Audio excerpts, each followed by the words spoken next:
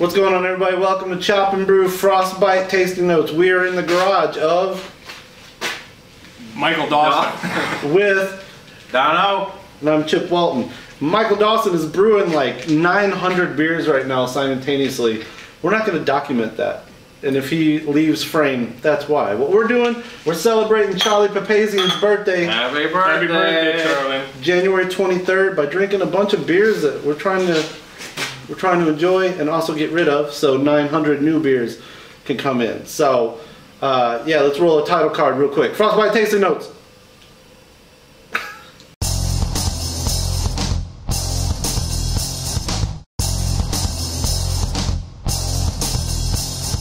All right, first up, Ale-toberfest, Mocktoberfest. What do we call it? Logtoberfest? Steamtoberfest. It's actually an Oktoberfest with a lager yeast, right?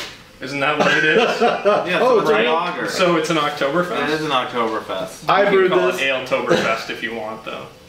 You want This- to be wrong. This is a Chip Walton joint. It's a Oktoberfest recipe straight out of Brewing Classic Styles from Jameel and John. The Munich Madness, but I fermented it with the Cali Common yeast. It turned out beautiful, It's really good. crystal clear. I like it.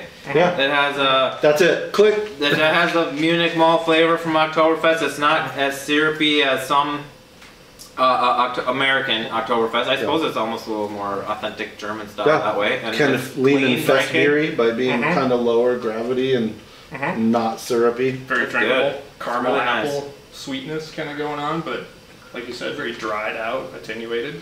I'm not 100% what temperature it was. That was probably, it was late fall, so it might have been like lower 60s. Starting to flirt with the 50s a little bit in the basement. So Fresh. if you can't do a straight up lager, Oktoberfest style, you've seen Ryan Shenyon and Judy Shenyon doing their Ale-toberfest. This is just another way to do it, man. Do it straight out. All Weirmann, Pils, Munich, Vienna, Hallertau, German. Germanic, Are we throwing- San Throwing Franciscan. signs Yeah, now? man. Oh. I was practicing that off For camera. life.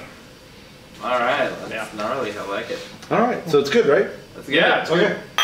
What's up next? Let's find out. Dun, dun,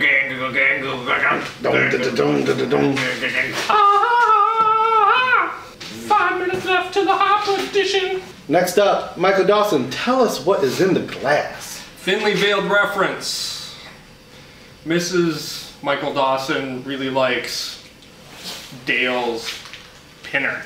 Okay. Oh. And so this was not a clone, but an inspired beer by Pinner. It's 80% RAR 2-row, 20% Weirmann Munich, Y yeast 1217 West Coast IPA, no bittering hops, all 5-minute and flame out editions of Azaka and Jarillo, Jarillo. which are both Farillo? gods and hops. Oh, what is Azaka, Jarillo? the Slavic god of fertility. So how'd that go?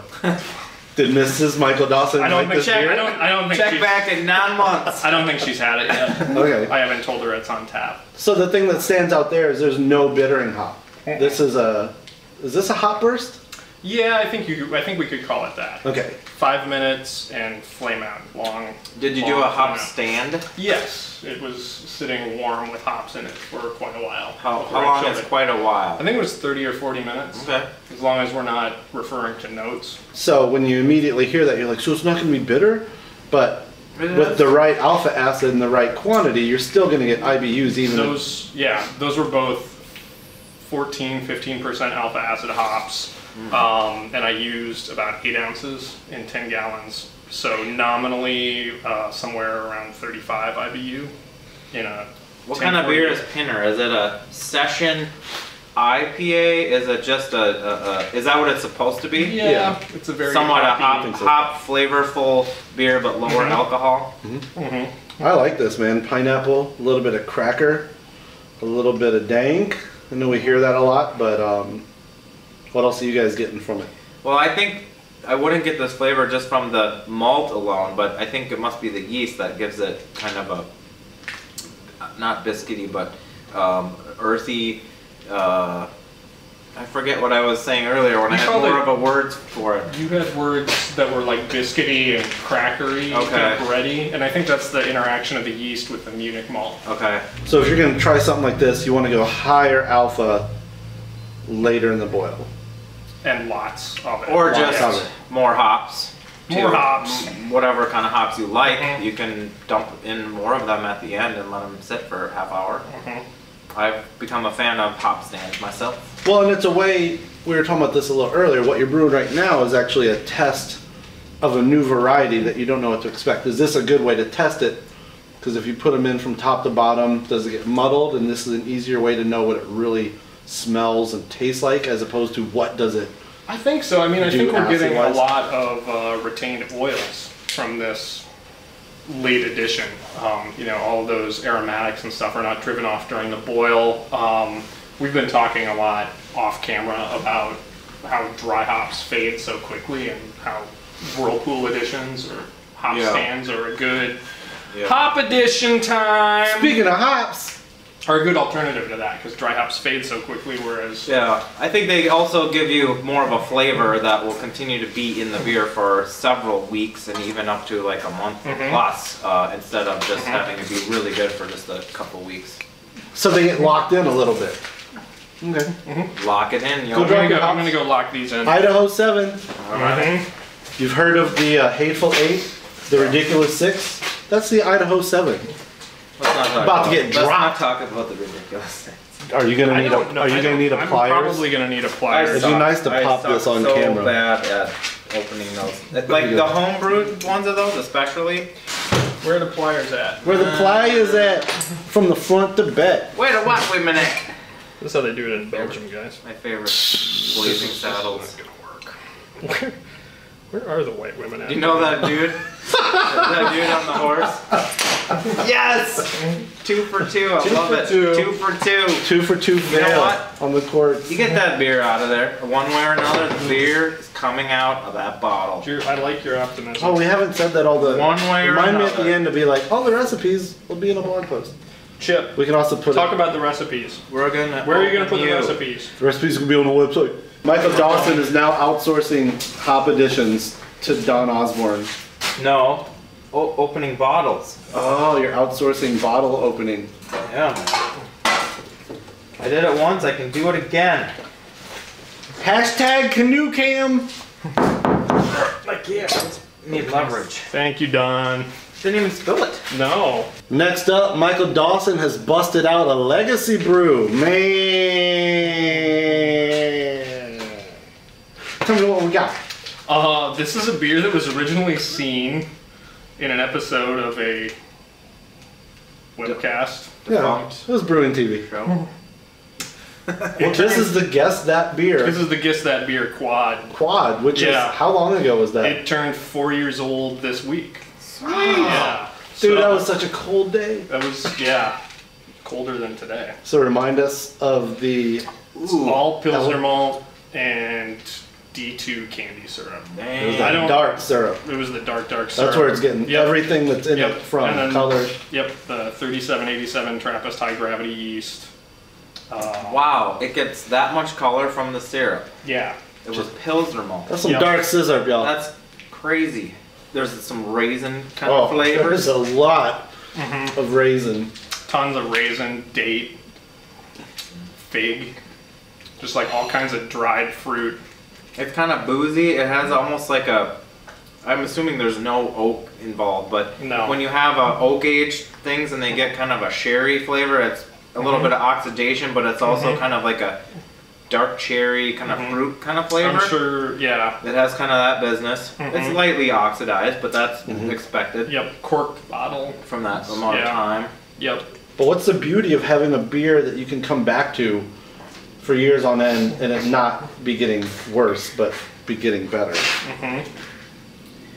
Well, the beauty is change and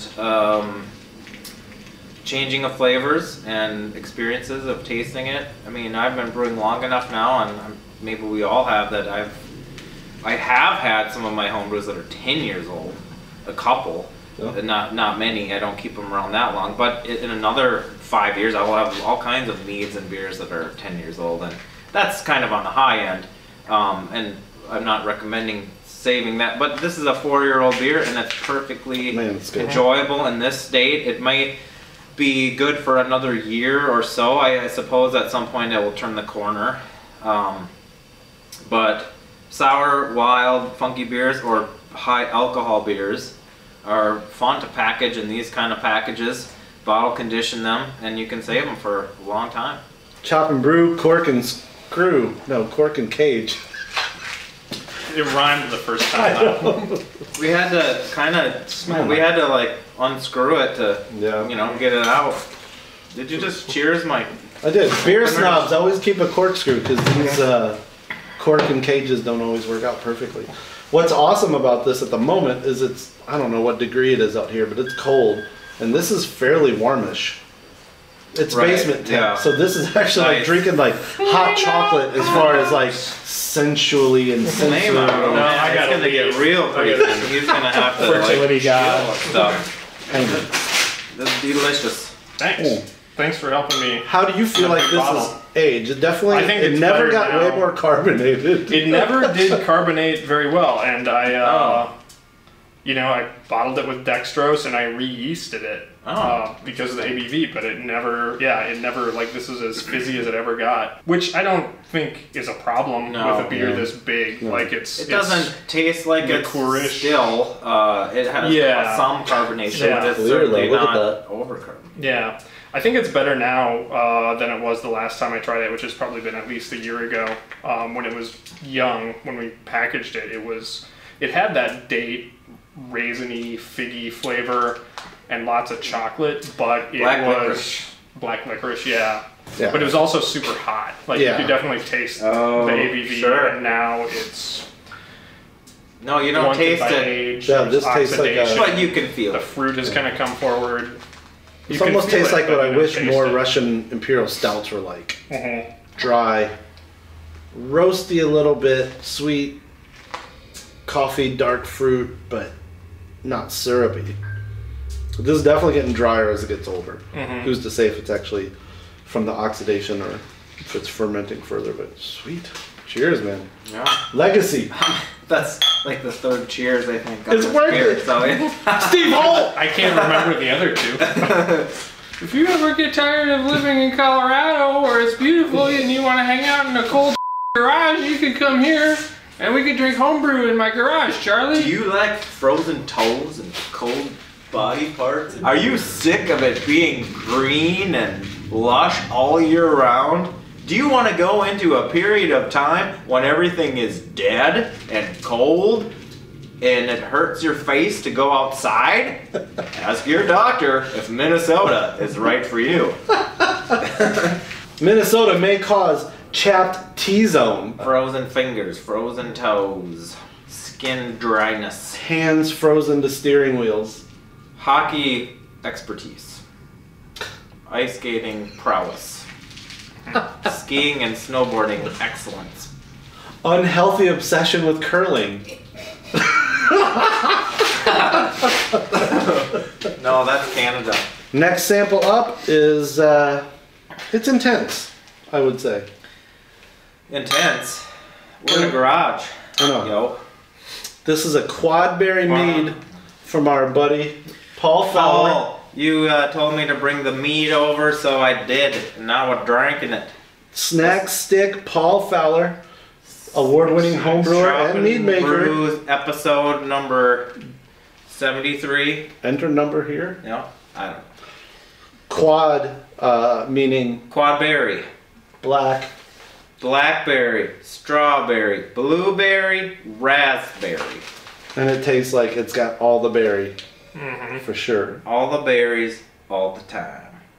It's probably, I don't know the alcohol, it's got to be, I think he makes them stronger. It feels strong. 12 to 14.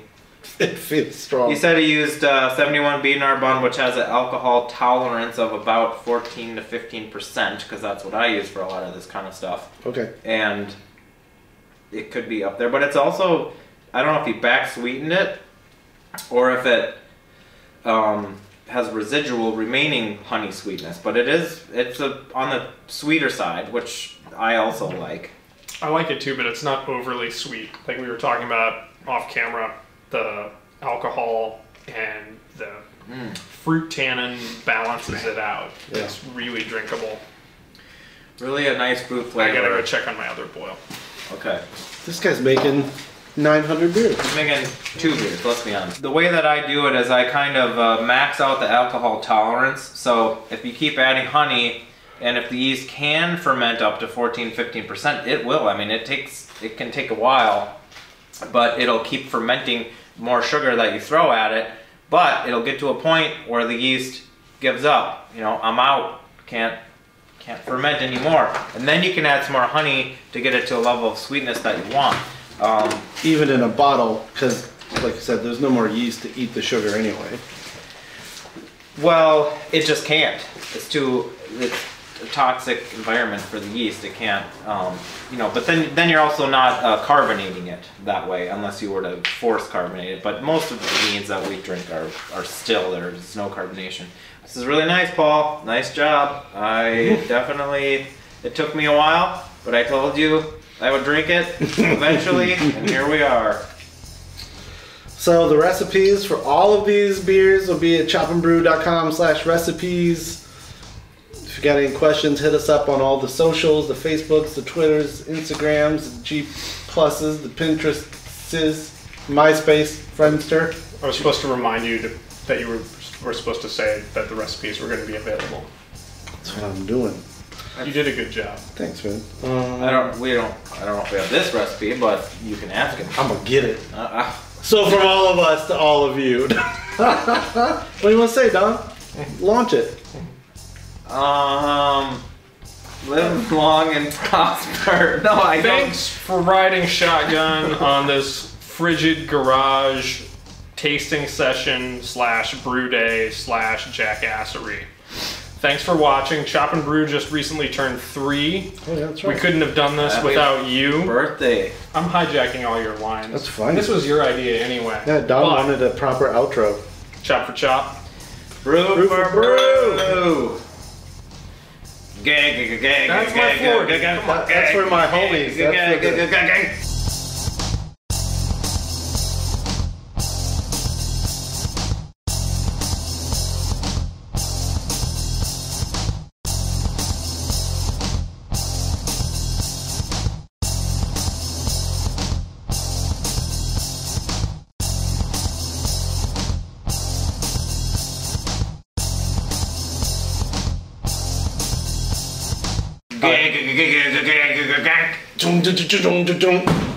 Alright. Oh shit. That's a structural canoe, watch out. It's a load bearing canoe. Mike, are you gonna creep up, Mike? Or are you gonna just No, we're gonna do 1, 2, 3.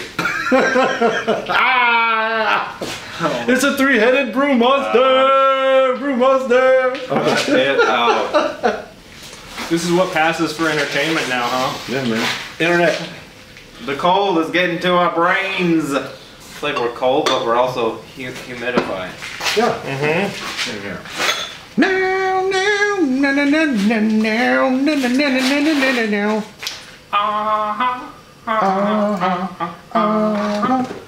Oh yeah. People were literally in the water watching the show. Let's do another one. I'm getting warm now. Do you guys want to do the I feel like the RSE, let's just drink this off camera because we don't need to discuss it. It needs way more explanation. The mead is at least not a lot of ounces. It is probably higher in alcohol, but it's not like, here's a pint of mead. Here, take a picture of this, man. It looks so beautiful from underneath. That's what she said. Hey, girl. Are you sure you can? 4 o'clock on a Sunday. Drink another one there, It's son. Saturday. I saw an SVU today where John Stamos was poking holes in condoms and getting women all over the world pregnant. It was crazy. Thanks. I just gave it a He had 47 children. What are you talking about? John Stamos, SVU. He was a serial condom hole poker. His character was.